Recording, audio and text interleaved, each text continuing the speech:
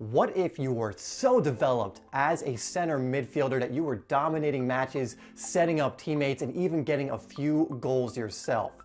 Well, in this video, we're going to go over 5 skill areas a center midfielder should focus on so that they can be successful in the middle of the park. Hey, what's up guys? It's Dave here from SimplySoccer, where we are helping you to improve your game and stand out on the pitch. And on this channel, we release daily soccer tip, technique, and training videos, all designed to help you do exactly that. So if you haven't already, please consider hitting that subscribe button and that bell icon so you don't miss any new videos that we release. Now, in today's video, I wanted to make one for all you center midfielders out there to give you some skill areas I believe you should focus on more than others so that you can become one of the most dominating midfielders on your team and hopefully in your league as well. So the first one we are covering is speed of play. Let's get real for a second. The center of the park can become one of the most frantic, congested, and chaotic areas, and in order to play effectively there, you cannot dawdle on the ball, because if you do, you're going to get tackled, you're going to lose the ball, and the other team is going to counter or just receive possession, which is the last thing you want to do if you're playing in the center mid position. You need to be absolutely masterful at 1 and 2 touch passing.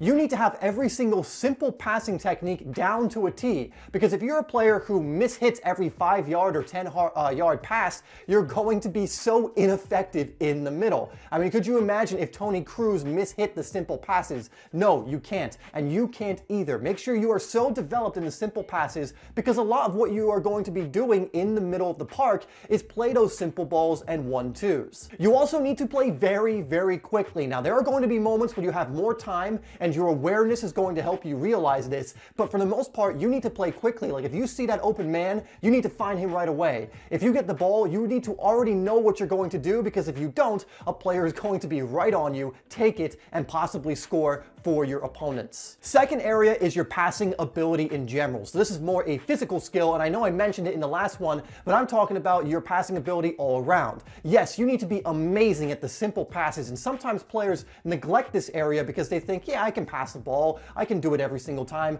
but not enough players practice this area to the point where it's automatic. You need to be able to play a simple ball, whether it's 10 yards away or even 20 yards away, every single time perfectly, because if you don't hit it hard enough, or you hit it too hard, or you don't hit it accurately enough, you're suddenly in trouble. You also need to have a good passing range. It's no good to just be able to play the simple, safe ball every time, although it is necessary. You need to be able to have the ability, for example, to switch the field of play when there's too much pressure on one side. You'll find as a center mid all the time that if the ball is staying on one side too much, that your winger or left back or right back or wide player will be available on the other side. You also need to have the ability to play a killer pass when it's necessary. Now, you're not trying to play a killer pass every single time, but when the opportunity arises to do so, if you don't have the ability, the passing ability to do it, you're wanting as a center midfield player. Also, make sure as a little extra thing that you're passing and moving. Nothing is worse than a player who passes and admires his pass. What a great pass that was. Look at that ball roll across the grass without bobbling.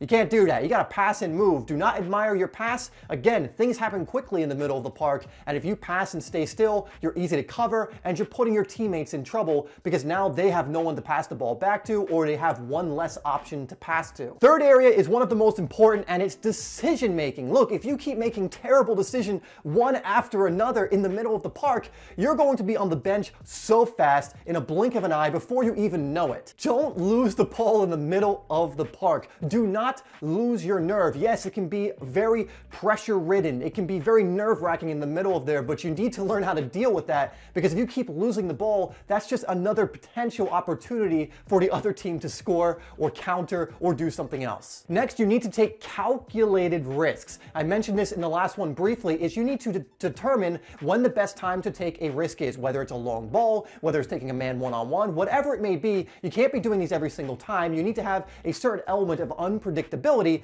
but if you're never taking any risks whatsoever, you need to up it up a little bit. Finally, I want to just add something that is probably one of the main reasons your decision making is poor. If it is, it's because your vision and awareness is poor as well. You need to have so much awareness, because if you don't know what's going on around you, guess what? You're going to get nervous and you're going to make terrible decisions. If you don't know what's behind you, you're going to rush your decision. If you don't know where your teammates are, you're probably going to rush your decision and make the wrong one, or hold the ball too long and lose it. Awareness is going to be so key when it comes to your decision making. Again, it doesn't matter how skilled you are. If you have no awareness and your decision making is poor, again, you're going to find yourself on that very cold, unforgiving bench in no time. Number 4 is another important one, and it's positional discipline. The center mid position is a very disciplined position. Look, I know it's fun to attack. I know it's fun to take your man on. I know it's fun to get forward and try and score a goal, but when you're playing center mid, you need positional discipline, because if you get caught upfield, there's suddenly a gap in the middle and the opposition is going right down your throat. This is why it's important to know your role in the team. Are you more of an attacking center mid, or are you a defensive center mid? What does your coach want you to do above all else? What are your priorities in the game?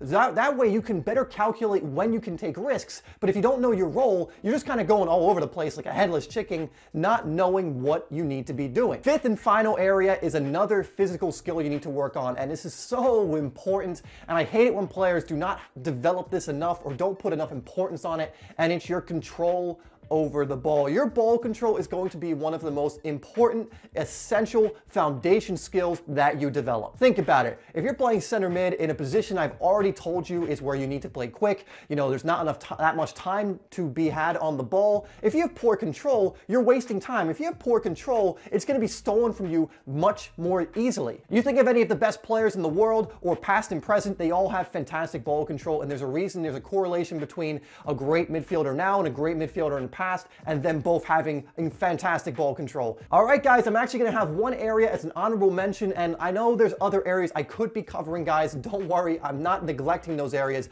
but the last area I want to cover is have endurance and energy. This is another important one. I don't want to keep telling you about work rate, but the more physical endurance you have and the more energy you have in the middle of the park, the more effective you're going to be. All right, guys, that'll do it for this video. Please let me know in the comments, and let everyone else know what other areas a center mid should be focusing on. That way we can continue to learn. Please like and share this video if you enjoyed this video, or if you just want to support the channel. I very much appreciate that. Also, hit that subscribe button for similar content like this on a daily basis. That's right, we upload every single day. Tripping over my words there. Please also check out the 2 videos I have come up on screen right now. They're going to help you improve as a player even more, which is always a great thing.